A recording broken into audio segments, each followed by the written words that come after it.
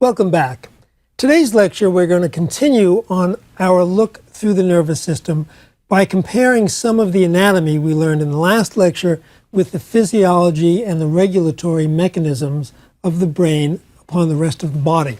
We're also going to look at some of the divisions, both natural and artificial, that we make when we look at the nervous system and try to classify and put into orderly files the functions and the structure of the brain itself. Let me begin by making a comparison for you between how we get signals out to the body. After all, the brain is a way to signal the rest of the body to do something. It receives information and then it reacts to that information to have something happen, whether it's conscious or not. And we have actually two kinds of signals that go out in the body. If we look at the first slide, the communication systems in the body are generally classified under the nervous system and the endocrine system. Endocrine organs secrete chemical messengers called hormones. They secrete them directly into the bloodstream. Blood circulates in approximately 7 seconds to all the organs of the body, so any of these chemicals are going to be diluted, but that is the general nature of the endocrine system. We'll study that more completely when we get to that topic. But for comparison, let's look here again. The nervous system is electrical. It's electrical mediated by chemistry. In other words, to move current along these so-called wires, which are our nerves, we have charged ions, sodium with a positive charge, we have chloride with a negative charge, potassium, calcium. These ions move in and out of the nerve membrane in various ways so that a charge travels down the length of the wire. It is still electrical, it's just mediated by chemically charged ions. So the nervous system is electrical. The endocrine system is almost entirely chemical. The electrical polarity has very little to do with it. If we compare this, therefore, with the nervous system, the speed of this transmission is very, very fast. It occurs in milliseconds. You can get an impulse from your brain to your toe in fractions of a second. And the duration of the action is very short. Once that electrical event occurs, it is over. It stops. I'll show you how it stops and how we stop it. But this, again, is measured in milliseconds. There's not really much in the way of residual effect. On the other end of that, the endocrine system is a much slower acting system because it has to circulate. And these chemicals some of them have fairly fast activity, like adrenaline, which is one of our stress hormones, versus those like thyroid hormone, which is very slow acting, and it can occur over periods of days, weeks, and months for its activity.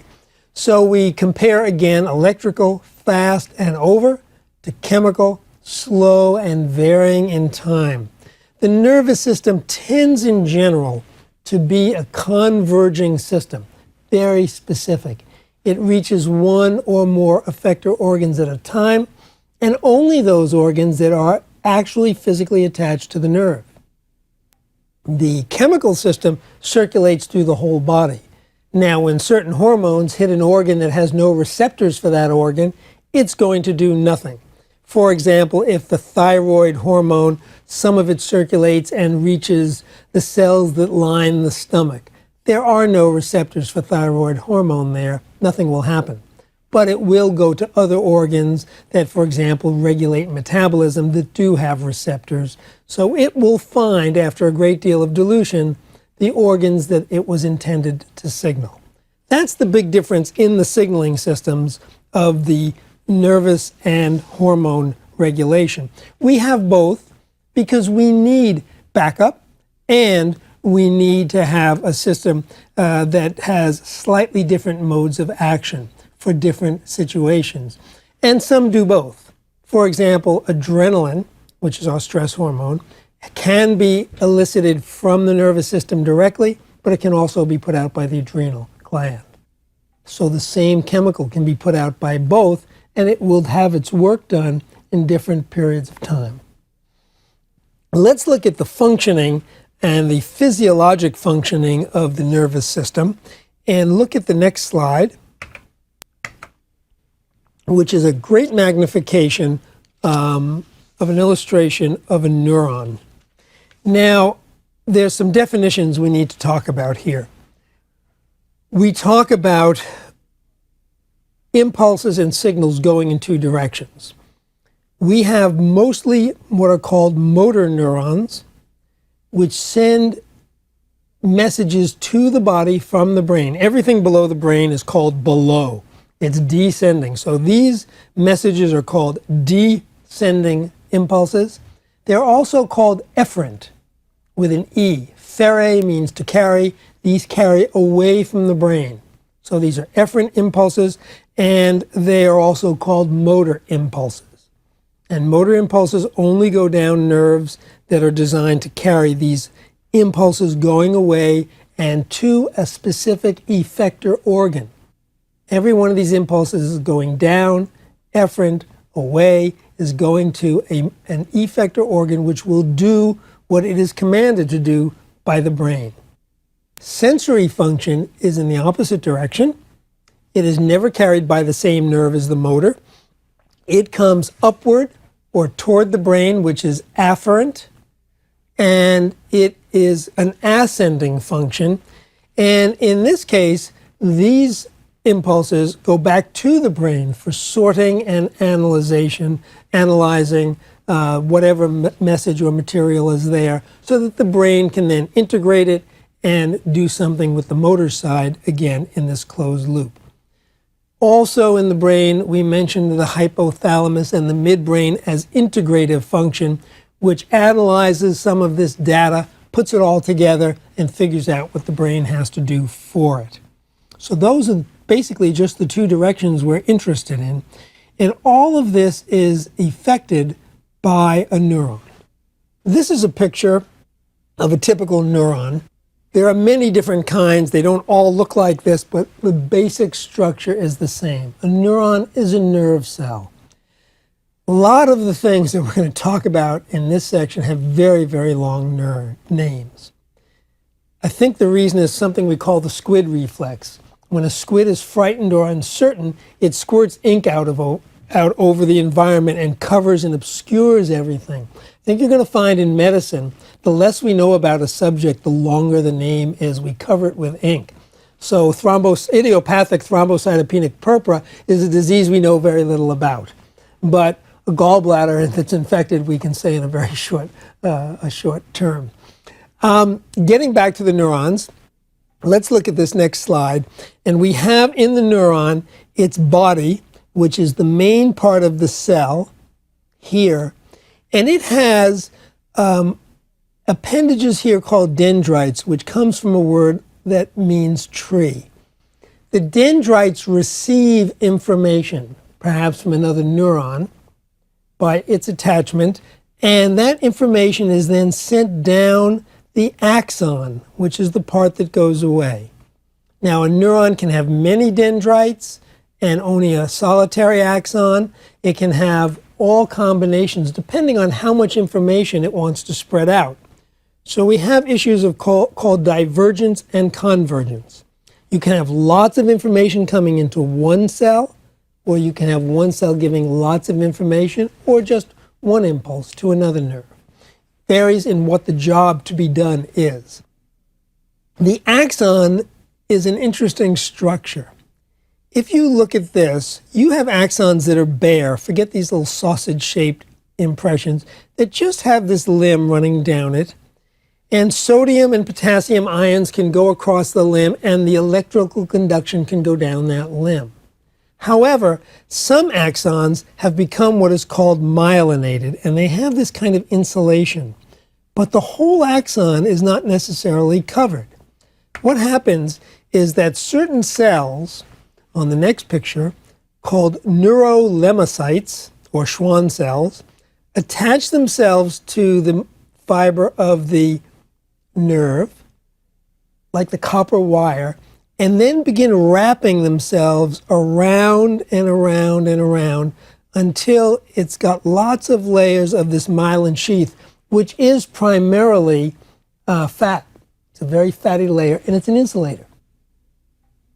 And then if we look at what happens here, there are places in between there called the nodes of Ranvier, the doctor who described these, which are bare. And this allows for something called saltatory conduction, which means jumping, in the French sauter. And instead of the impulse having to run all the way down this distance, it is possible for impulses to jump, and this just speeds up the rate of conduction. Some nerves have them, some don't. What is of interest is that the myelinated cells are not complete when a baby is born. I mentioned that last time. And this insulation is something that has to take place over a period of time. Babies, for example, are born with something called the Babinski reflex. If you take a baby's foot and scratch it with a little key or something sharp, the baby's foot will retract, the toes will spread, and it will pull back. That's an uncoordinated response from an unmyelinated fiber. You do that to an adult, and the toes will curl down and withdraw. That's the normal reflex. And when we see this reflex, for example, in an adult, not a baby, then that Babinski reflex signals some damage to the brain's process because it's an abnormal reflex. So we have myelinated fibers, we have unmyelinated fibers, and we have these neurons, which are the nervous tissue that sends the impulse or receives the impulse, depending on where it is in the nervous system. These are the ones that I said you were born with your full complement at birth. You have almost all the neurons you're going to have. There's a second kind of cell that looks something like these, but don't have the same structure completely. These are called neuroglia, meaning nerve glue. I told you that the brain is very jelly-like, and actually without the neuroglia, it would fall apart. The neuroglia are the glue cells. They have all different names. There's a bunch of different types of cells, but basically they're not conducting cells. They look like nerves, but they hold the brain together. They're the supporting structure of the brain. They far actually outnumber the neurons, and they are turning over. You're not born with your whole complement. You're getting new neuroglia all the time. There are glial cells and astrocytes because they look like stars, and they just hold all the neurons in place.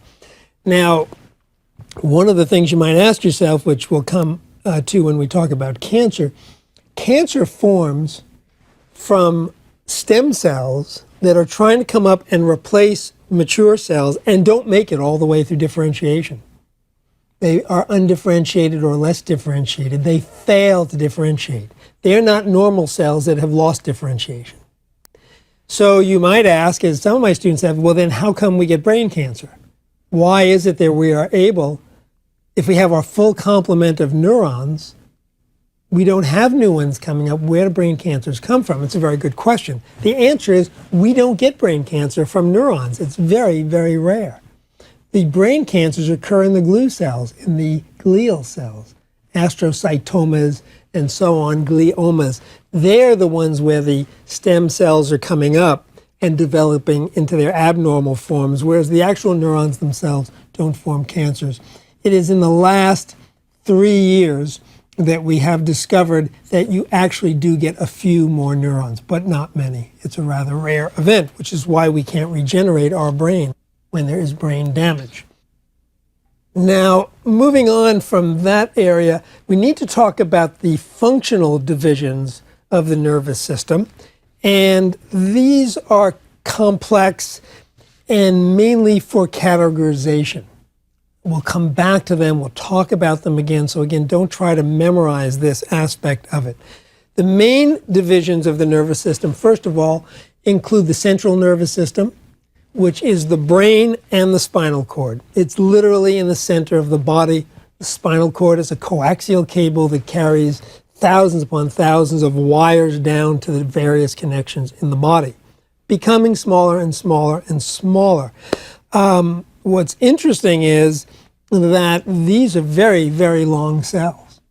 When you think of cells and how microscopic they are, if you have a motor neuron in the brain, it sends an axon down to your toe, It's going to leave the brain. That same axon from one cell is going to go all the way down to your spinal cord where it's going to exit, probably in your lower back in this case.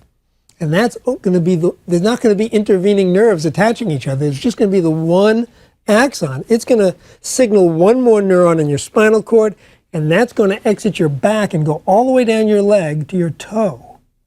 So just think of how long that is. It's one cell thick. It's this long, long fiber. These are the longest cells in the body. And there are many, many, many of them. So that's our central nervous system. Then we have another division which is called the peripheral nervous system, and these are both the cranial nerves and the spinal nerves. These are the nerves that exit the cord. There are some in the head that go out the bottom of the head, generally to supply the face and the upper neck, and a few that go down to the rest of the body, but they exit in the head at the base of the brain, and the spinal nerves that exit at every level through the rest of the body. And these are the nerves that go to the effector organs, usually motor or other intestinal organs, or to glands, and they are also the sensory nerves that bring the impulse back through long dendrites to the nerve cell that then sends it with an axon to the brain. The peripheral nervous system is also divided into what we call the somatic nervous system, the SNS, which is a voluntary system, conducts impulses to the skeletal muscles. There is then an autonomic nervous system, the ANS, which is involuntary, and it has both motor and sensory impulses, and we are not aware of most of those. We don't know when those are going on except by the effect. Now, the autonomic nervous system is a whole lecture in itself, but briefly, it's divided into two, the sympathetic nervous system and the parasympathetic nervous system. The sympathetic nervous system, which lies right along the spinal cord, its cells are concerned totally with survival. Everything the sympathetic nervous system does has to do with fight, fright, and flight. All the reactions that we have in life and death situations, and which are very primitive, happen in the sympathetic nervous system. The parasympathetic nervous system, named because anatomically it's parallel on either side, above and below the sympathetic system, not because of its function, is rest, recovery, and relaxation. Exactly the opposite. Sympathetic tends to be upregulation, parasympathetic downregulation. We'll get to it in detail. I'll talk to you more about it later, but basically you can always figure out which one is functioning. For example, if you were in a fight and wanted to know which of those was working on your eyes, you would want to have your pupil open widest during stress reaction. You want the most light. At night, in danger, you want to be able to see.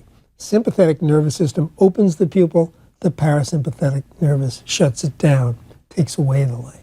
So you can figure out almost any organ just by logical reasoning, which is what we encourage our medical students to do instead of instead of memorizing these all as they go along. Now, the nerves are also classified, as I said, as afferent and efferent in general. The afferent nerves carry impulses back toward the central nervous system and are sensory, whether we're aware of them or not. We may feel pain, touch, heat, cold, itching, and so on, or the brain may recognize something going on, like the stretching of an intestine or a drop in blood pressure in the walls of an artery. So it carries both afferent signals that we are conscious of or we may not be. The efferent ones carry them away. They signal also activities and actions that may have nothing to do with anything we're aware of. The impulse for your intestines to squeeze and move food is something you're not aware of unless you have something wrong when you get cramps or pain in that situation of disease or illness. And also, motor impulses may be very much unconscious, yet under control to some extent, like walking. You can think about walking and make it happen, or you can just go ahead and walk. There's kind of a borderline with how much conscious control you have. The Next aspect is the classification of functional categories, the spinal and cranial nerves. This category has to do with a whole series of definitions that I want you to pay no attention to now. I'm going to categorize them for you, tell you how they fit in and why we call them these, but I'm then going to leave it there because we'll come back to them. And when we talk about each cranial nerve, we'll tell you what it does and where it falls into this functional category.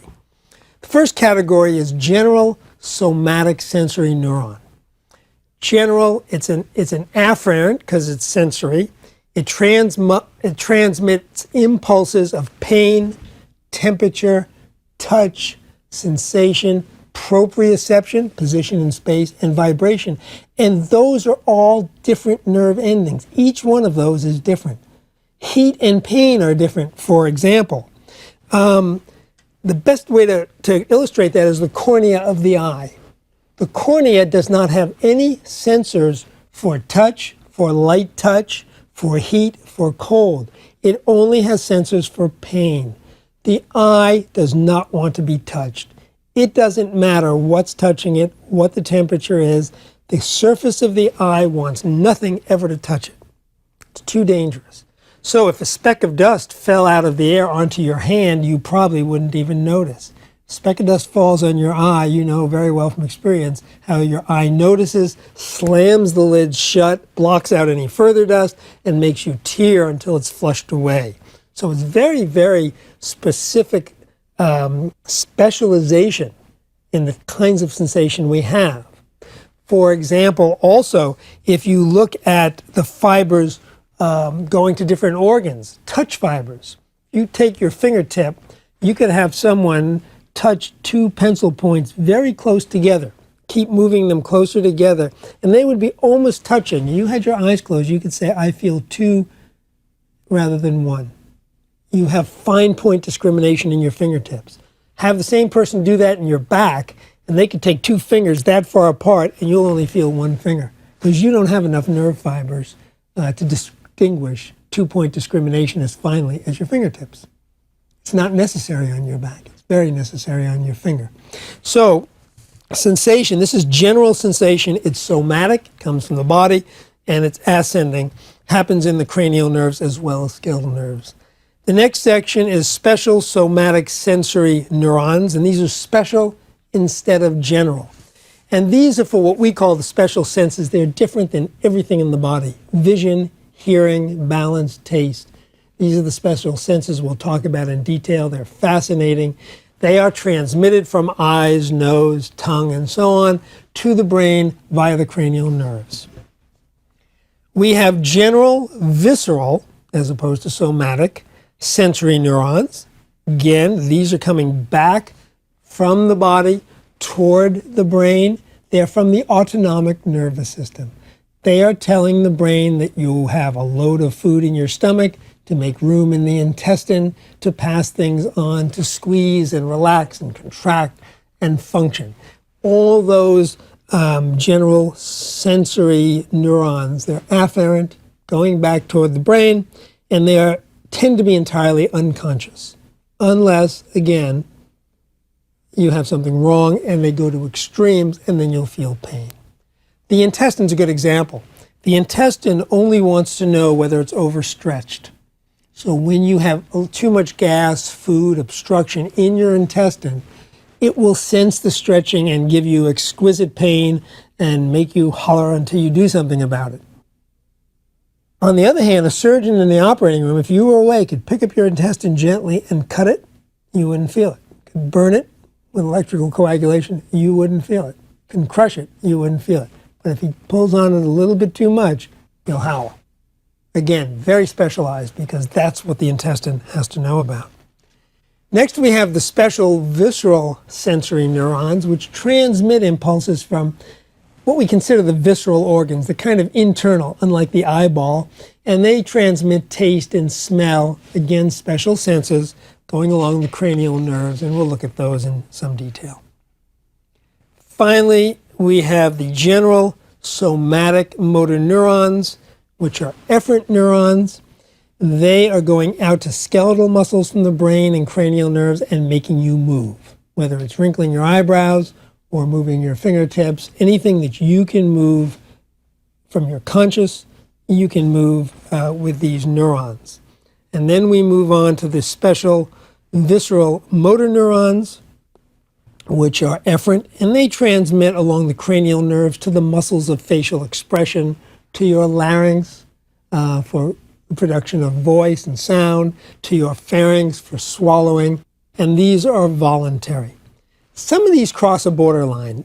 They sound like they should be voluntary, and maybe they're not. How do you tell? Well, for example, the muscles that hold up your head, which are in your neck, you probably would suspect that they'd be involuntary muscles. You don't ever think about it. You're not conscious of holding your head up. But what is the first thing that happens when you fall asleep sitting up? Your head falls down. So it actually is a conscious, voluntary muscle. It's just one that functions very well without complete conscious control. Now I'd like to move on and talk a little bit more about the cerebrum, some of the higher functions of the brain. We'll take a look at the brain itself, see where the areas are, and then tell you a little bit about what can go wrong and how we found out about this. If you look at the next slide, this is a picture of the brain taken from the right side. It's out of the body, the attachments are all gone, and the brain has been bared except for what is probably the pia mater covering the brain. This is the forehead. The ear would be about here. This is the back of the head, and this is the top. The brain, as you can see, has lots of these gyruses, or gyri, which are heavy, deep convolutions. They also have something called a sulcus, plural is sulci, which is just much deeper. For example, this groove, which is the central sulcus, goes all the way down deep into the brain, separating the frontal lobe from the occipital lobe and so on. And here's the temporal lobe. This is the parietal lobe. We know which areas now cover a lot of the brain functions. We have mapped the brain, and I'm going to tell you about that in a minute. First, I want to tell you why we have mapped the brain. We know, for example, that in front of this sulcus, we have something called the primary motor area. It's called the precentral gyrus because it's in front of the central sulcus. And almost everything we do from the skeletal muscle point of view, fingers, toes, nose, all of those muscles are controlled by the neurons that sit right here. We also have a primary somatosensory motor area, meaning the body sensory area, everything we can feel in the way of touch coming from the rest of the body. This is in the postcentral gyrus. And of course, these are not colored this color. The brain tends to be a very pale tan all throughout. We have an area in the back here called visual cortex, or the visual association area, and that's almost like our movie screen projector. That's where all the visual impulses are projected in the brain, divided up into a totally unrecognizable shapes, forms, and colored, and then reintegrated so our mind actually sees what's out there in our world. And in this area of the brain, there's an auditory area in the temporal lobe and other areas of association. You can see speech in this area of the brain. You can have smell in the somatosensory area here. You have a primary auditory area here, very near the ear. And gustatory is taste. And then other areas in the frontal lobe, some of these areas are what we call silent areas. They're integrative functions and so on. They are all coordinated in the center of the brain so that information from these are shared by all the rest of the brain. Now, most of us have heard about epilepsy, a disease which is very common and widespread throughout all populations and comes from various sources and various causes. There is primary epilepsy in which we don't really know why the patient has it. There are other types of epilepsy caused by injuries to the brain, which has left scarring. When you scar, injure, or have a chemical irritant in the brain, what you're going to do is set up activity. If you have, for example, in this area, a irritative focus right at that point in the brain, that's a motor area. That patient, if that starts to trigger by scarring or something else, that area is going to begin to fire because it's electrical chemical charges, and firing certain neurons might light up the neurons next to it and might move down, and you can have the development of a small focus of epilepsy followed by a discharge progressing across the brain. This is called the Jacksonian march, named after a neurosurgeon who described it. And what can happen in a patient with this kind of epilepsy, they may see their thumb start to twitch. Then the area next to it starts to go, and the whole hand is going, pretty soon the arm, and it can generalize until the entire body is firing without any control. That's where you see that patient fall down, violent contractions and shaking of the whole body, frothing at the mouth, sometimes biting through the tongue because the jaw muscles contract, and eventually losing consciousness. The entire brain depolarizes, and the patient loses consciousness. That's called a grand mal seizure. Grand mal is French for big sickness, the worst kind. These patients can have a problem because they can obstruct their airway, they have lost control, they can fall down and hurt themselves very badly, and then they remain unconscious for a period of time. And then after the seizure, they have something called post-ictal depression, post-seizure depression. They have so fired their brain and so stimulated their brain that everything is depressed, and they may have trouble breathing for a while. The paramedics arrive and often have to put an airway in this patient and breathe for them in a very serious type of seizure. Many of these patients are then treated by having medications ordered or prescribed that depress the level of sensitivity of the brain. One of the earliest was phenobarbital, which is just a barbiturate sleeping medication, and it suppresses the level of activity, hoping to reduce the number of seizures that occur. That's a grand mal seizure. There's something called petit mal, small seizures, and these often happen in children, and the symptom is that they are caught kind of losing consciousness, losing time, but no great seizure. They just blink off, and then they're back again sometime later. It's another kind of seizure in another part of the brain. There's something called narcolepsy, in which the patient will be sitting in a chair and fall asleep. And they will stay asleep for some variable period of time, then they wake up again, and they usually don't know what's happened. They kind of know from experience that they've lost time somewhere. A patient with grand mal seizure knows because they're injured. But most of the time, they are not conscious during that. Many seizures are preceded by what is called an aura.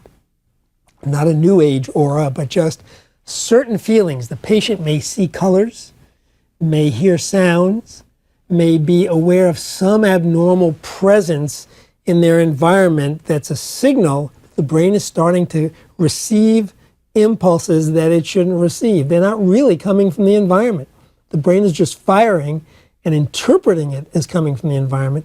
These patients know they better lie down, sit down, stop driving if they're driving, because they're about to have a seizure.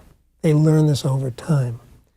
There's another type of seizure that occurs right here in the temporal lobe. It's a very rare kind of seizure.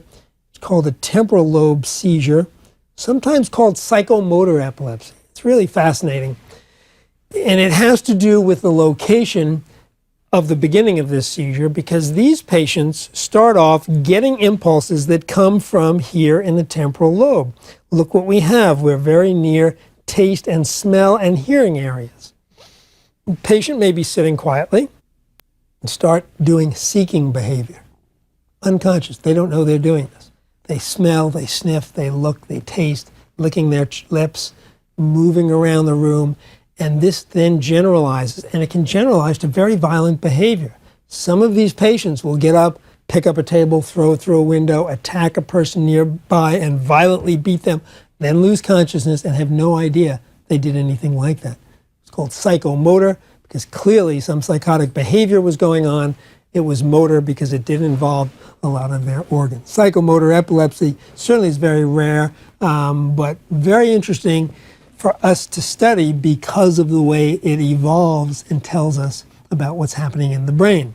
So whether these seizures are what we call idiopathic, meaning coming from no source, which is a squid reflex, it means we don't know what the source is, or whether they're from previous trauma, where there's scarring in the brain, or other abnormalities, we've always been interested in some way to get rid of this for the patient other than medication. Medication sometimes will do the job and sometimes it won't. There's a wonderful history of this area, and it revolves around a doctor who was a neurosurgeon at McGill University in Canada named Wilder Penfield. Dr. Penfield was very interested in seizure and disorders and with the corrective surgery. He thought if we could get rid of the irritated focus that started the seizure, maybe you could cure the patient. Leave his little scar tissue behind, get rid of the scar tissue that was there. So he wanted to operate on these patients and find their focus for the seizure. What he did was he needed to do these patients while they were wide awake. Now, you can do this relatively easily with some skill. You merely inject the skin of the scalp with xylocaine, a local anesthetic. You make your incision. You can anesthetize the bone and its coverings and make your hole in the bone. And then you can go through the dura and expose the brain. You can operate on the brain without hurting it. It's kind of counterintuitive. The brain has no pain fibers. This doesn't really make a lot of sense, but what the brain is an interpreter of pain. When you burn your finger, your pain is not in your finger, your pain is in your brain. It's the perception of pain. And the impulse is going up into your brain says, ow, that hurts. When you give a patient morphine, all you do is change the perception of the pain.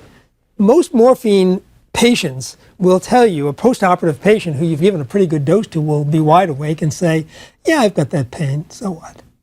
It doesn't bother them. The perception, the reception of the pain is changed. On the other hand, if I put local anesthetic in, I've blocked the nerve impulse. It's not getting up the nerve. So the brain doesn't even know there's pain.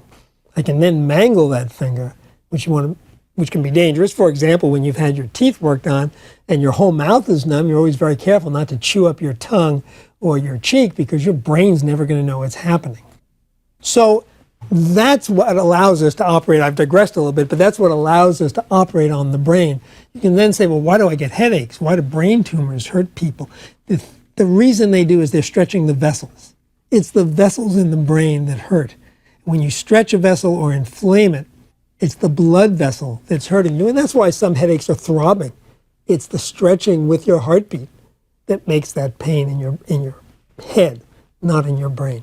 So Dr. Penfield had the ideal situation. He could operate on the brain with the patient wide awake and just sedated. And he could go into the brain substance. And what he wanted to do was take a very fine electrical stimulation until he got to the point where he found what was wrong with the patient. So if this patient had a seizure disease, or diathesis we call it, where the hand started, he'd look for the area and he'd stimulate until he got the hand to do it, and then he might find the scar tissue and cut it out. But he was no fool. He knew this was a wonderful opportunity to learn something without doing anything bad to the patient, because he had to go through the brain and stimulate different places and find out what was, when he was getting near the diseased area. So he wasn't just going to do this and get the job done. He was going to make sure somebody was taking notes. So he'd touch a piece of brain, let's say up here on this picture, and the patient's face might start to twitch. So he'd write down that the facial muscles were right there, the part that controlled it. He would touch a piece right here, and the patient would say, ow, I've got pain in my left thigh on the inside. And he would write down left side, inside of the thigh, right here. And over the years, doing thousands of patients, he mapped the brain for us. He found where each of these places were. Then he would go and do his surgery.